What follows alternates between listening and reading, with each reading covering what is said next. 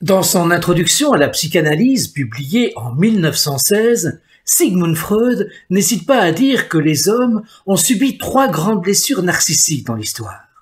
La première, avec Galilée, qui a prouvé que la Terre n'est pas au centre du monde, mais à la périphérie du Soleil qui, lui, occupe le centre autour duquel la Terre tourne.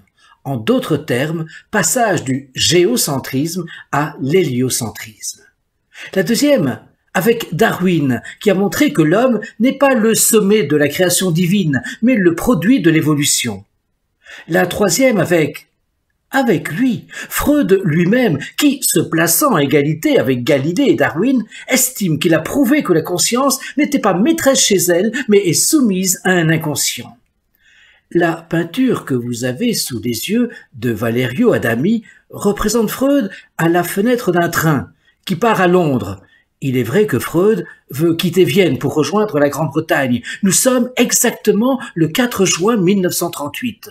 Il va vivre à Londres jusqu'à sa mort qui survient selon sa volonté le 23 septembre 1939.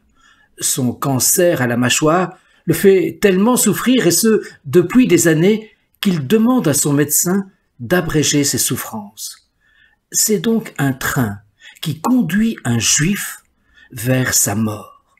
Pour réaliser sa peinture, Valerio Adami se sert d'une photographie de Freud à la fenêtre d'un wagon, avec sa fille Anna, qui a d'ailleurs disparu de l'œuvre peinte, ainsi que l'employé de chemin de fer.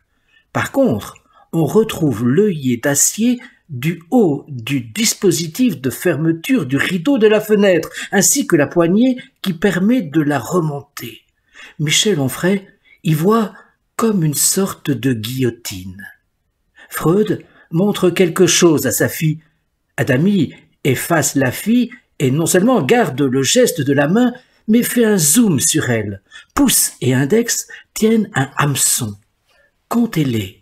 Il y en a 12, plus celui que tient Freud. C'est le signe d'une nouvelle église, d'une nouvelle religion à venir. Et puis ces hameçons sont des mouches. Ils permettent de leurrer le poisson qui, de ce fait, se laisse prendre par le pêcheur. À pas comme les lapsus, les actes manqués, l'oubli de noms propres, les rêves, les différents oublis en tout genre. Tout cela est recherché par le psychanalyste pour sa compréhension de l'inconscient. Donc, pour Michel Onfray, ce tableau de Valerio Adami condense la scène freudienne, la méthode freudienne et l'inconscient freudien. Tout cela avec une réelle économie de moyens.